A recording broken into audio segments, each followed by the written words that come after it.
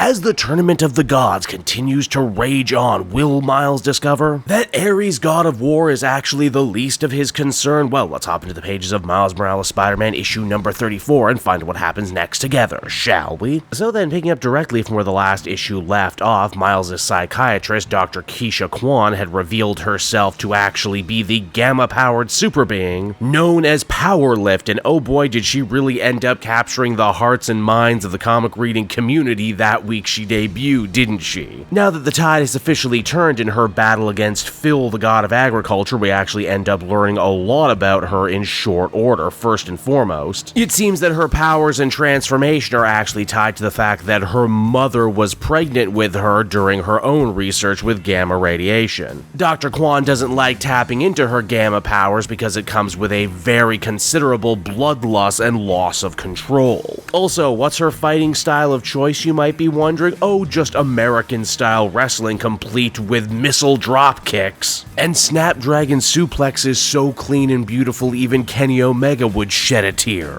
Powerlift ends up winning her battle handedly, and understandably everyone is frickin' amazed, friend and foe alike. Hercules makes a great little crack about how Greco-Roman wrestling was born right here, so it's only fitting that Kwan should win, and Miles says, geez, were we ever gonna cover this in therapy? Only for Powerlift to say, yeah, sorry, your insurance would never be able to cover this. Now, seeing as Team Anansi managed to win the first round, the trickster god of stories is actually allowed to pick the parameters for the second. And oh boy, does he really live up to his trickster nature. For starters, instead of being a one-on-one bout, this is going to be a tag match. Miles and the relative newcomer Gust versus Zip Zephyr and Pyra. Zephyr comes into the fight all full of himself, and why shouldn't he? He had almost killed Spider-Man a couple issues ago were it not for the intervention of Hercules and Thor. Miles is resolute, however, saying that he was distracted before trying to defend his school and his classmates from getting killed, and that this time he's going to do much better. And hey, speaking of doing much better, Gust actually ends up surprising herself all over the place. Geez, why, it's almost as if her wind powers are stronger here on Olympus or something. It's almost as if she has some sort of secret connection to this place that even she doesn't fully understand yet. And also, isn't it interesting that Spider-Man is fighting Zephyr and she's fighting Pyra? Now, it's right around here Anansi once again decides to flex his muscle as storyteller, figuring that this competition isn't nearly dramatic enough, and that what we really need here is a little poetic irony. You see, at that very moment, the venue for the fight gets changed to an ancient Greek lake famous for hosting one of Ares' greatest failures. Furthermore, both hero and villain alike end up coming under attack by a flock of deadly monster birds. In fact, the very same monster birds that Hercules slew as part of his many trials.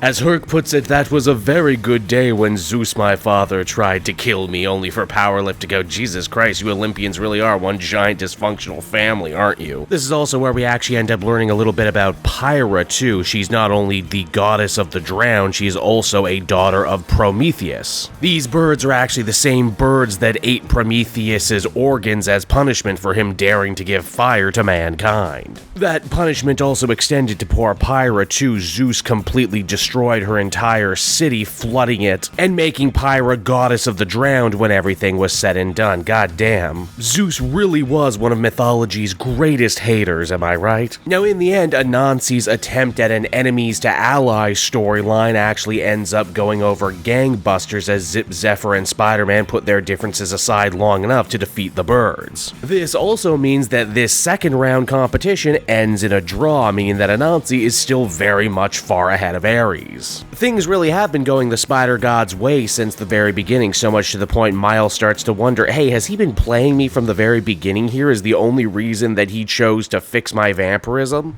is because he knew eventually it would lead to a conflict with Ares? And indeed, that is exactly what Anansi had in mind. You see, the trickster god has been nursing a grudge against the Olympian pantheon for thousands of years. Why, you might be wondering? Well, it actually has to do with his original champion, a woman by the name of Arachne. Oh yes, the famous weaver who was punished by the Olympian gods and turned turned into, you guessed it, a spider. But how exactly did all of that go down? Well, I guess we'll have to pick up the next issue to find out, won't we? And so that was Miles Morales Spider-Man issue number 34, everybody, and once again, Cody Ziegler manages to offer up a super fun, super exciting, super entertaining shonen action style take on a Spider-Man story that also just so happens to be peppered with tons of fun references to wrestling, so, you know, basically I was in hog heaven from start to finish. I'm also really loving the last-minute reveal here that Anansi has actually been puppeteering Miles in all of these events to try and get revenge on the Olympian Pantheon. Not only is it a great use of continuity, but it's a great way to fuse together comic book lore and actual Greek mythology. Makes me feel like all my super nerdy interests are being rewarded right here, right now in one story. Again, it really speaks to the power of what the Miles Spider-Man book has become under Ziegler, and that is that the series can basically be anything, do anything, and go anywhere. Quite the contrast to the mainline Amazing Spider-Man book that feels like it's been running in place, stuck frozen in amber for God, I don't even know how long now. Overall, I think I'd feel comfortable giving this issue an 8.5 out of 10. This feels like a story that is being written specifically for someone like me.